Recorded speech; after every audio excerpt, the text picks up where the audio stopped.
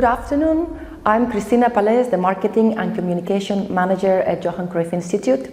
I would like to welcome you to our second webinar in partnership with Zetly, focusing on Web3 and blockchain technology for football clubs. The session, led by Kevin Healy from BSV Blockchain Association, will explore the challenges football clubs face when implementing Web3. We will discuss subscription models, sponsorship opportunities, advertising, and how to use data for revenue. For more information on upcoming webinars, please visit our websites. You can also watch all sessions on our YouTube channels. We hope you enjoy this webinar. Thank you for joining us. Okay, we got a thumbs up. Great. Okay, so let's go ahead and get started. So my name is Kevin Healy, and hope you attended the first webinar. If not, we're going to do a quick recap of what we talked about. Then we're going to get into the technology stack, where we talk about the different layers of Web3 and what you may need or not need in order to build your application. Then we're going to talk about the infrastructure for scalability. Okay, so how does this work when blockchains grow into hundreds of thousands or millions of transactions per second? What does that look like? And then we'll talk a little bit about security and privacy in Web3, and then we'll open it up to question and answer. So let's go ahead and get started with the review of our first webinar. So in the last webinar, we talked about, what is Web3 in the first place? And we talked about, Web 2 was this emergence of interactivity on the internet. So instead of it just being like Web 1, where it's a broadcast and there's no interaction, with Web 2, you're able to start uploading data. Okay, you're sharing your photos, you're liking people's content, okay, and you're participating interactively. Okay, but that made it very unclear about, who owns the data? Okay, who owns this data that you're uploading, and who gets to monetize it, who gets paid for it, and all that kind of stuff. We talked about how there's a former Facebook executive, Chamath Palihapitiya, that made this very public statement that, user-generated content in social media is modern feudalism, meaning the owner of the server could be thought of as the Lord, and then we're sort of all the subjects, and they can monetize that data, they can censor data, they can modify it, they can do whatever they want with it. And this was a helpful metaphor because if we look at Web3, we can think of this as the emergence of capitalism in Europe. Okay, so we actually have micropayments. We can pay people for their data contributions, even if it's just a little bit, because with the BSV blockchain, it could go down to hundreds and in the future thousands of a cent for a payment. So you could also imagine paying for content or paying for a Google search without ads. We talked about how the ad-based business model is very sort of clunky, because let's say you want a Google search, or let's say you want to read a web article on the internet. Well, most of the data is going to be ads, especially in the news article, right? They have all these images, the videos, all that kind of stuff that's loaded when all you wanted was that text from the news article. Okay, and so we're clogging up the bandwidth, we're clogging up our attention, because all these things are flashing in front of your face when you're just trying to read an article.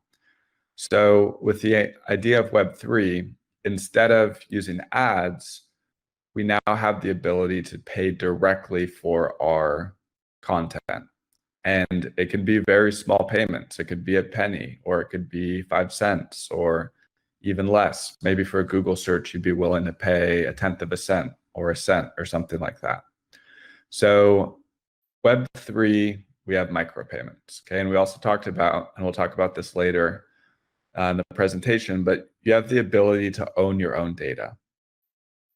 So you can set up these contracts where people will store your data for payment, and you could own, you could have, all your data separated in different servers, so different company servers, and you own the key that pulls all that together and makes sense of it.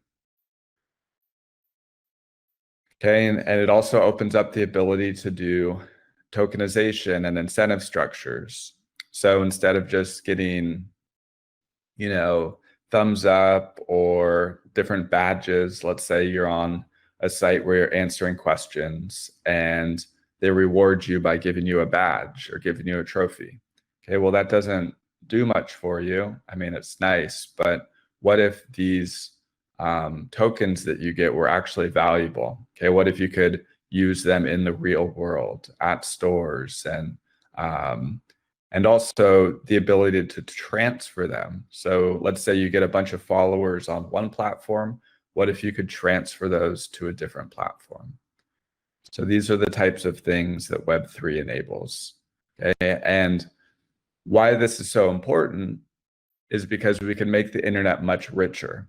So if you look in cities in Europe where they used to have the feudal castle, it is completely enveloped by the capitalist city because people were properly incentivized and we grew more wealth, right? And so in a similar way, if we could incentivize people correctly on the web, then we can create a much richer internet with content that is, more accurate and higher quality, and also, higher resolution, all sorts of different things. So that's the quick recap of what we talked about last time. So now let's go ahead and get into the Web3 tech stack. So it's kind of hard to see these, but on the top where this blue, bar is, it says application level. Then we have the middleware level, and then we have the infrastructure level down at the bottom. And so I've mirrored that right here with the text in bold.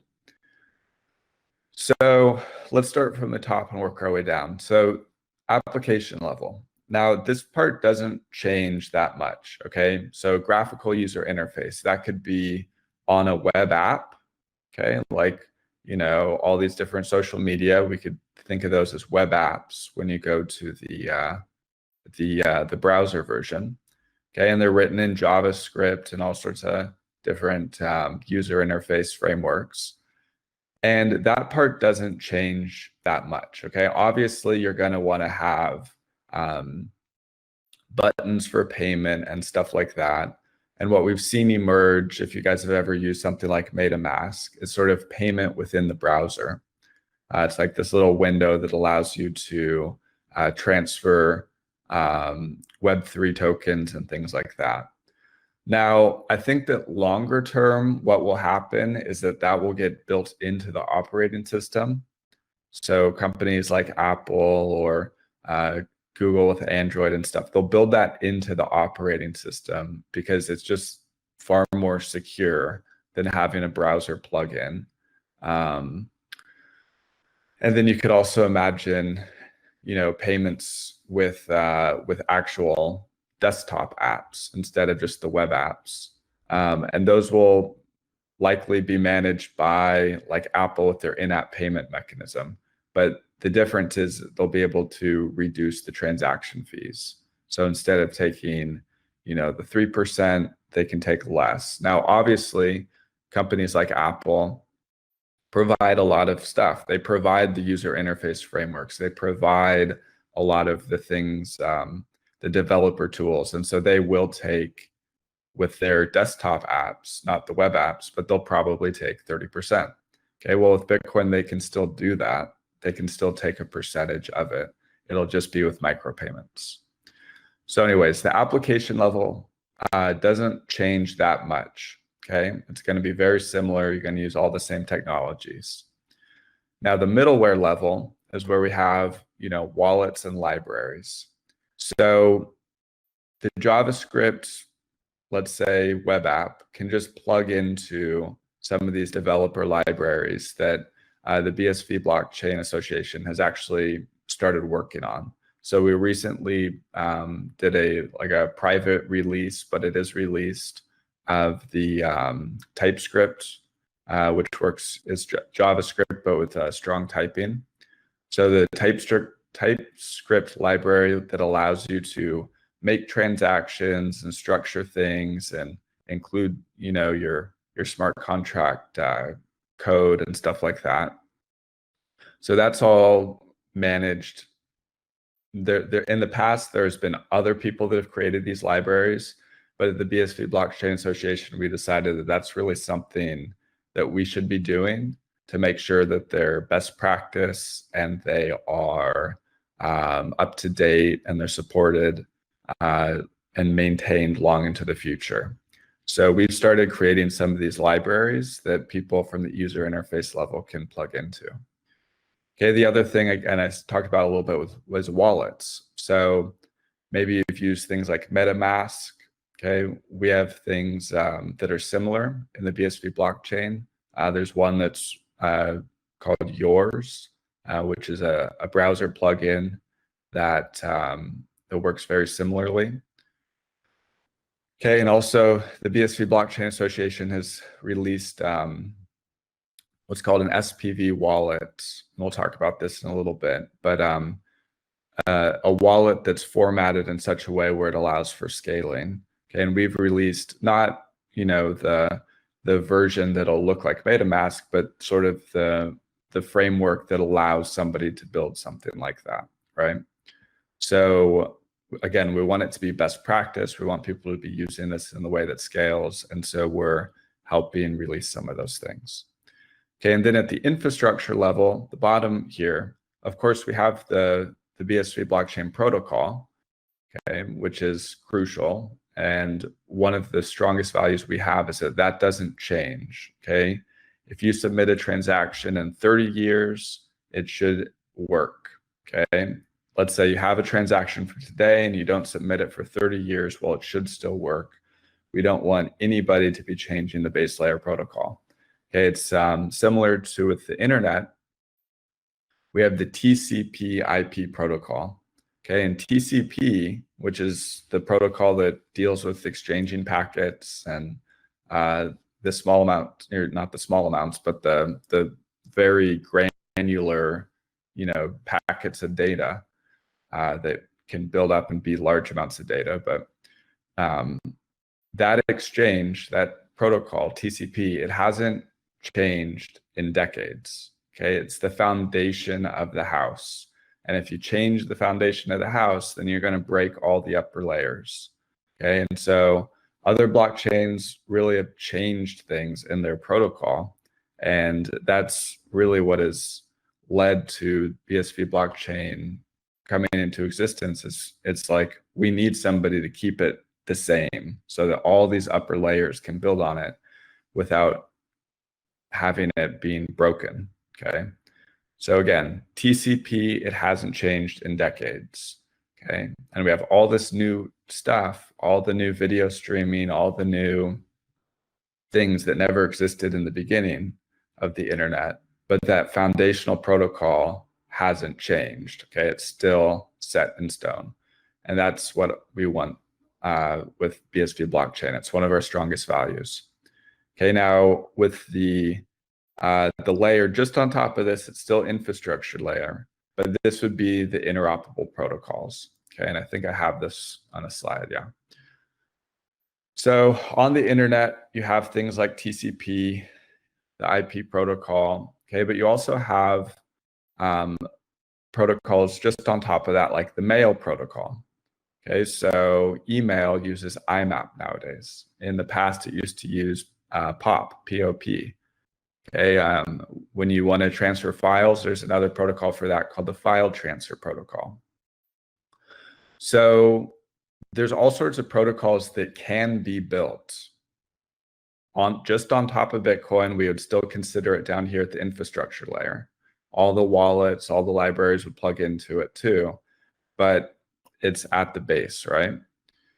And so there's a project Babbage that has worked on a lot of these things. Some of the files are allowing people to store data for people for payment, right? And so one of the misconceptions about blockchain, we'll get to this, is that you store data on chain. Okay, well, it's not scalable to really do that. But what you can do is you can make a smart contract with somebody where you pay them to store data.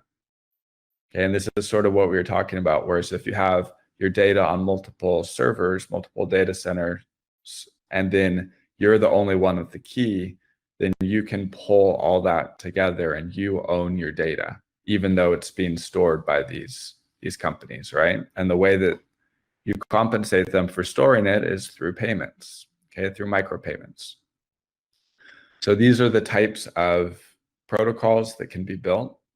Okay, we talked about also in the last webinar where things like the stories on social media, right? Both started with Snapchat, but then Instagram, and then Facebook, and now YouTube. They all have the stories feature where it's, you know, short videos, usually vertical, and you just flip through them really fast. Okay, well, if somebody wanted to create a protocol like that, then you could set up the rules, and then multiple different user interfaces could plug into it, but it'd be based on micropayments instead of ads. Okay, so then we sort of talked about this going up one layer. You would have the tools and libraries, and the BSV blockchain is providing these. There are other people that have provided them, but we think it's best that we, you know, with our funding, will maintain these instead of other people where maybe they weren't being funded, or maybe they had them for a little bit and then they stopped maintaining them because their business went out of business. So the other thing that was happening, and this is what I'm talking about, the SPV wallet, what was happening is that people weren't following the best practices with the wallets. So we went ahead and made it so it is best practice, because if you want to scale, then the wallet has to be working with SPV, which we'll talk about in a little bit. Okay, so let's talk about smart contracts again. So traditionally with Bitcoin, when it was first released, there's this thing called Bitcoin script. Okay, nobody really understood what this thing did. And the reason why is because it was sort of this compiler language. If any of you guys have, done computer science or something, there's these different layers of the computer, right? At the very base layer, you have zeros and ones being exchanged. But then a step up from that, you sort of have these compiler languages, and they're not human readable. Some people can kind of make sense of them, but once they scale very large, there's no way a human could read it. Okay, so then on top of that, what you have is a human readable language, something like JavaScript or C++ or Swift or something. And you have those languages that then compile into this machine readable language, right?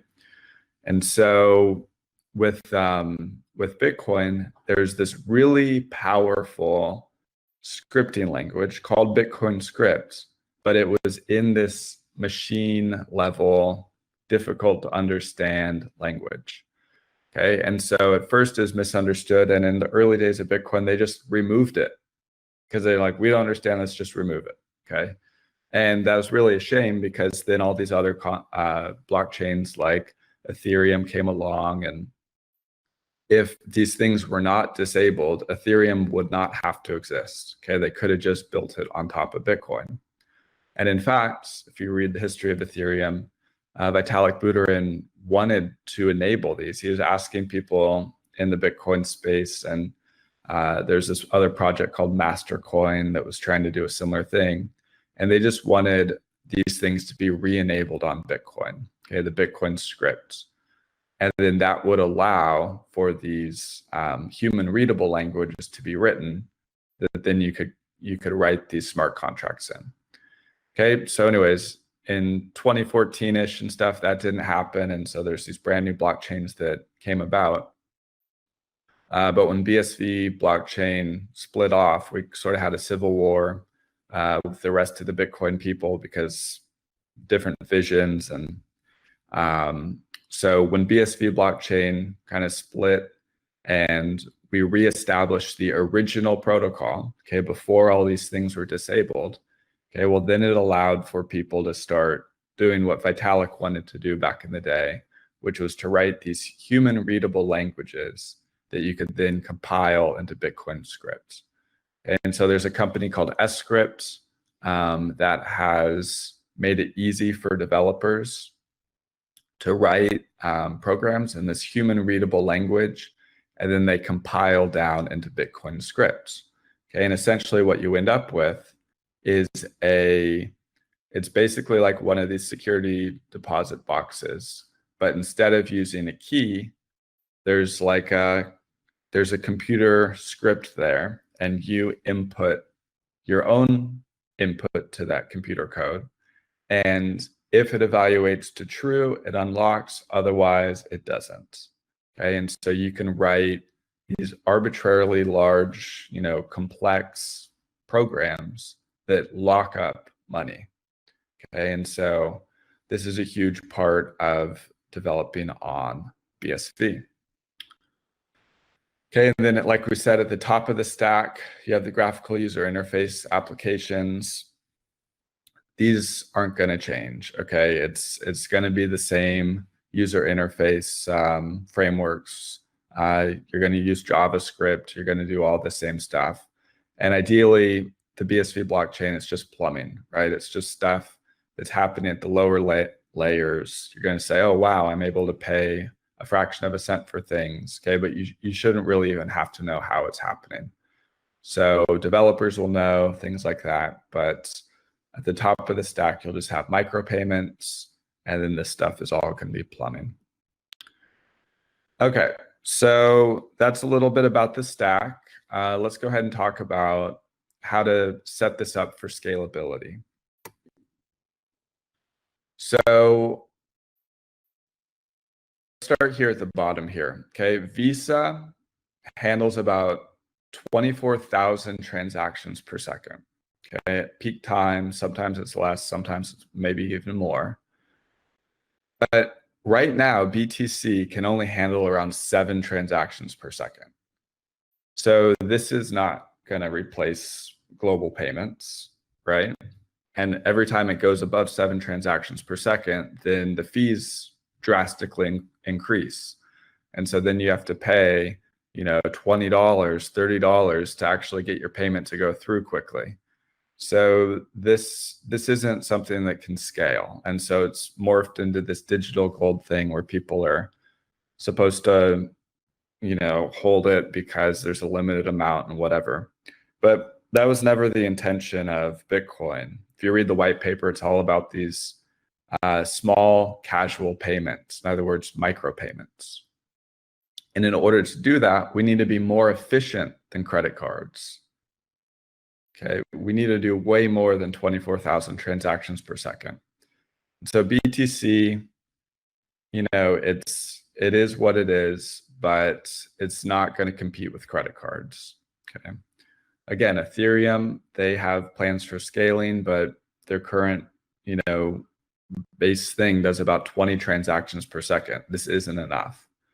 Okay, so with BSV blockchain, the idea is that it's always meant to scale. Okay, there was not meant to be a cap on the block size. And so we've been working on different software for the miners, okay, what we call the node software. Okay, and Terranode is in the works, and we've tested it, and it'll be released later this year. But Terranode allows for miners to process hundreds of thousands, in the future millions of transactions per second. Okay, and so now we can compete with payment companies, right? Visa, MasterCard, and they could even integrate onto the blockchain if they wanted to. Okay, they wouldn't, publicly show everybody's payments, but if they want to timestamp things, if they want to, use the network, they could even do that. Okay, so BSV blockchain, super into scaling. To do that, we need Terranode, which is a node software for miners to be able to do large amounts of transactions per second. Okay, so now let's explain the simplified payment verification. So currently, a lot of the way that wallets work on the blockchain is that they will have the person who is making the payment broadcast the payment to the network. Okay, so you find somebody's address and you just broadcast that to the network. And when the blockchain was really small, that's fine, because then the receiver of the payment is able to find it pretty easily, because there's only, thousands of transactions or whatever. It's easy to find. But if we're going to have a global payment network, or just the payment of the web, where you're doing potentially millions of transactions per second, then that becomes this huge issue if you have to go find your payment because your computer has to search through millions of transactions to find your payment. And so the way that it's supposed to work is that when you make a payment, you're supposed to pass the transaction like a check. In the olden days, you write a check and you'd give it to the receiver, and then they would be the one that broadcast it to the network. Okay, and so this is what SPV is. Okay, in a very simple way, the way of explaining an SPV wallet is that you are handing the transaction like a check to the person, and they upload it to the network. And the benefit of that is that now they don't have to go and search through millions of transactions to find their payment. Okay, and so this is extremely important for scalability. Most of the wallets, even on the BSV blockchain, have been doing it in this old way, where the buyer is broadcasting the transaction to the network, and then the seller has to go find this payment. Okay, and that, again, it works if it's really small and there's only hundreds or thousands of transactions, but as the network grows, it's not going to scale. Okay, and so SPV wallets, very important. Okay, and so here's another really important thing to understand, is that the role of data centers in Bitcoin. So a lot of, in our sort of vernacular, a lot of times people will say, oh yeah, I'm going to store it on the blockchain. So some data, you want it to be immutable or whatever, and you're going to say, I store it on the blockchain. But miners don't have any sort of reason to store your data. Okay, and there's this thing where they can prune old data, and they just keep the hash chain, which just means that they know that nothing has changed, but they're not going to keep these archives and gigabytes and terabytes of old data. Okay, some of them will, just because they can, or they think that there's some good reason to, but there's no reason for them to actually store this data. Okay, so maybe it's just, the vernacular people are misunderstanding, but it's really important to understand that you're not storing data on the blockchain. What you're doing is you're timestamping data on the blockchain. Okay, and so you get this Merkle root that shows that, hey, this data existed in this transaction way back here. Okay, and so you're doing a timestamp. It's like if you were to go to the post office or the mail, and you mail yourself a note, okay, to prove that, hey, this existed at a certain point in time, because boom, it has that timestamp. Okay, but you're not asking the post office to hold that data forevermore. Okay, no, you just mailed it to yourself and you got a timestamp. So this I don't want to say that you can't have anybody store your data, because remember earlier with the interoperable protocols, we talked about how you could set up a payment protocol where you're allowing data centers to store your data. Okay, and you're using the blockchain to pay them for micropayments and verification that it exists still. Okay, so there are ways of storing data that are enabled by the blockchain, but you're not storing data on the blockchain. Okay, that's not scalable. And so, very important distinction.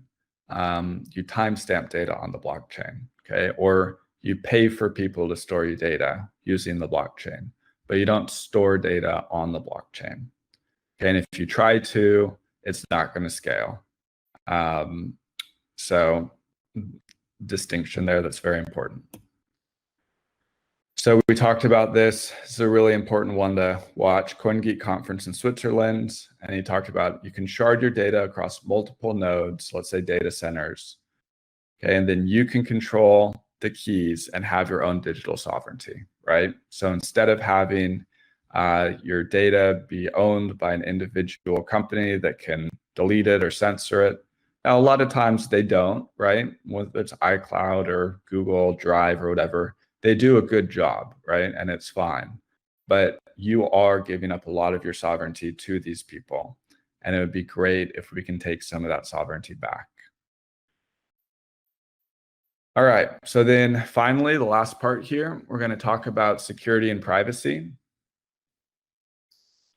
So one of the ways that wallets are supposed to work is that you generate a new address for every transaction. Okay, this kind of goes against what a lot of times is happening, where maybe somebody will post their Bitcoin address, in their YouTube link or whatever. And it still works, you can do that. But the problem is that if you're having everybody pay into one address, then people can just pull up your, that address on one of the blockchain explorers, and they can see how much money you've received for that video, or they can see, if you spent it or where you spent it and that kind of stuff. And so when we're talking about privacy, wallets really are supposed to generate a brand new address for every transaction. Okay, and this is the way it works in best practice. And many of the wallets on the BSV blockchain do have it set up this way, but this isn't really important to privacy. Okay, now you may think, well, how am I going to manage all these new addresses, right? Like, gosh, there's just so many. But what you do is you have this root key, okay, this root private key, and from that you can generate, it's like a deterministic wallet, you can generate all these new addresses. And so you can see all of these, addresses, and you could regenerate them from a single root key. But from the outside looking in, they're all unique addresses, okay? And so this is super important for privacy. You don't want people watching everything that you do. Okay, again, we've talked about how, I think we talked about this, but in case we didn't, I'll talk about it now. So the BSV blockchain is not anonymous, okay? It's like euro bills or dollar bills where there is a serial number on them.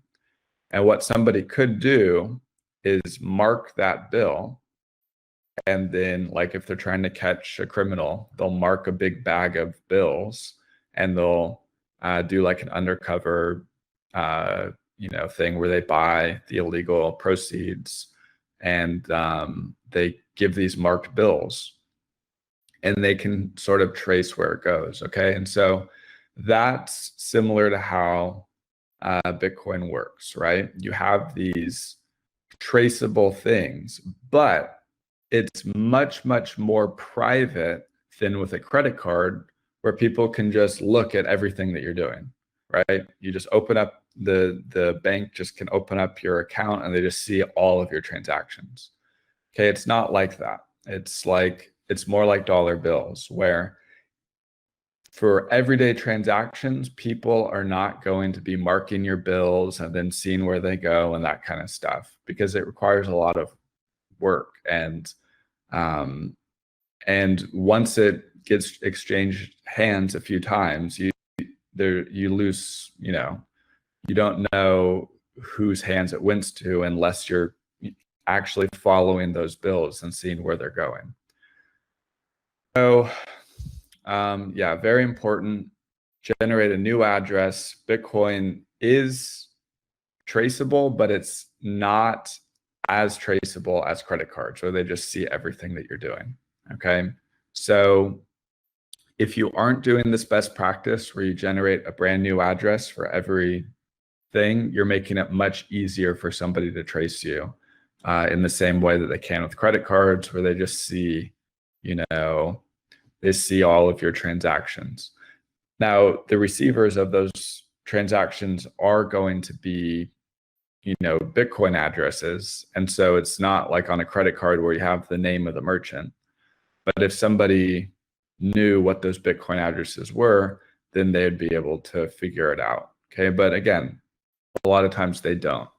And if that receiver is also changing their addresses for every transaction, then it becomes even harder for somebody to just watch everything that you're doing. Okay, so that's a really important thing for privacy. Now, what if you lose your keys, right? And this is something like, let's say that you have millions of euros in Bitcoin and somebody hacks your computer, or let's say you just lose your computer. How do you get that money back, right? And on other blockchains, the attitude is, well, it's your fault. It's, you have to maintain your keys and you should have bought insurance or whatever. And there is something, I suppose, nice about that, because you don't have to get the government involved. And if people are very suspicious of the government, then that's why they tend to like that attitude. But in the real world, in countries where we do have a level of trust in our government, like that's not a practical thing. Is if you lose millions of dollars, that there's no way to get it back, right? And so for small payments, BSV blockchain is irreversible, okay? Because you're not going to go through this whole process of going to court and getting a court order to reverse things. So for anything less than, let's say, 100,000 euros or perhaps more, it's irreversible, okay? And so you should buy insurance and that kind of stuff. But for micropayments where we're changing pennies and this kind of stuff, who cares, right? If you lose things. So for small things, it's irreversible. But on the BSV blockchain, we have this this process that we've set up, and it's still sort of in its infant stages, but it's digital asset recovery. Okay, so if you do lose your keys, or you were hacked, or your company lost, $100 million of Bitcoin, there are avenues where you can recover that. Okay, and so it requires a valid court order, and then the BSV blockchain will, through the alert system, send to the miners to say, hey, these UTXOs or these transactions are, proceeds of crime. Somebody stole them, and the miners can pause those, in essence, freeze them until it's resolved, and then they could unfreeze them. Now, in the previous webinar, we talked about how proof of work versus proof of stake. And with BSV blockchain, we have proof of work. And proof of work, you require a data center to have the mining operation, right? And the whole point of that thing was to make it so the operators of the network, the miners, they couldn't hide, right? Because you can't hide a data center. you have this giant warehouse, you have electricity costs, you have all these computers that you've purchased. And so the whole point of proof of work was to allow governments to know where the miners are so that they could ask for proceeds of crime to be reversed, okay? And so Bitcoin was always meant to operate within law. And so that's an important thing to understand, okay? It enables micropayments, and those micropayments are non-reversible because nobody's going to go to court for $5. But for people that are storing large amounts of this Bitcoin, millions of euro, hundreds of millions of euro, billions of euro, then it's really kind of, practically speaking, it's necessary to have some way of reversing these. Okay, and so that's another thing that's really important with the BSV blockchain in terms of security. Okay, hiding these keys is still very important. You don't want to be sharing your private keys, and you want to keep those as private as possible. But if it does get hacked, or if there is a loss, there is a way of reversing it. Okay, and it is arduous. It's a pain in the butt. You don't want to do it, but there is a way. Okay, so that concludes my presentation, and now I'm going to open it up to questions and answers. So let me see here. Okay, great. So I got a question. Thanks for this information. How can I buy a ticket for your blockchain conference 24 in London? It's a good question. I don't know. Let me find the website here. Blockchain. Oh, it's going to be in London, and it's in this. It's not in. It's in the Excel in London, I think. But I'll give you the website, and then we can. I'll post it on here in the chat. Here's another question, and I'll get back to the first one. How does this mesh with central bank digital currencies? Okay, so in the same way that you have, we got the link. So there's the link to the conference. Somebody else posted it. Okay, so how does this link with central bank digital currencies? So in the same way that people can do tokens on top of BSV, central banks could issue currencies on top, okay? Whether that's, a central bank digital currency, or whether that's just, issued by the treasury, where it's like something that can't be inflated or deflated kind of currency. All these can be done on top of Bitcoin. The difference is that they'll be able to know how many dollars or euros are actually in circulation. Okay, this is one of the crazy things about the dollar right now, is we just have estimates of how much is in circulation. It's ridiculous, right? It's like, wow, 21st century and we don't even know. Now, a lot of times people freak out. They talk about, oh my gosh, programmable money, central bank digital currencies, and they're going to control everything we do. And we could only, shop at the local supermarket if there's some sort of lockdown or whatever. It really depends on the government, on how they implement it, right? So it could be that only citizens can program the money, right? So let's say you're going to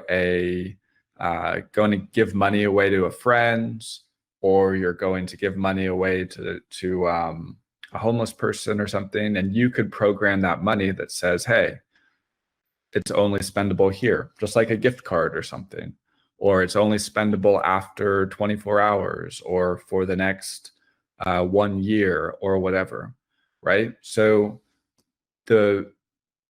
if a country did issue tokens on top of the BSV blockchain, then, the implementation of it is really up to that country, okay? And so people always fear when they hear the word, programmable money or CBDCs, is that it's going to be this authoritarian, only the government is controlling, how people spend their money, okay? But that doesn't have to be the case, okay? It could be that we just have this money that we could use digitally.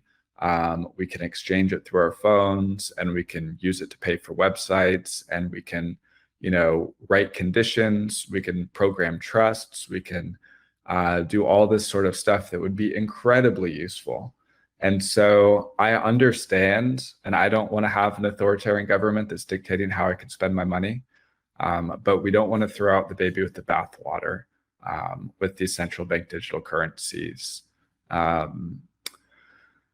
yeah, and it doesn't have to be a central bank digital currency. It could just be a government issued by the treasury currency. So anyways, hope that answers your question. It's sort of a long subject. Let me see.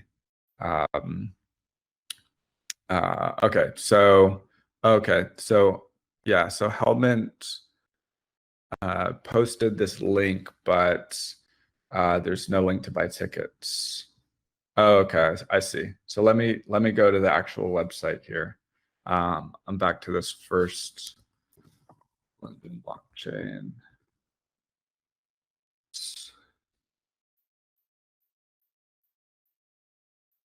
All right, so here is the proper website for you.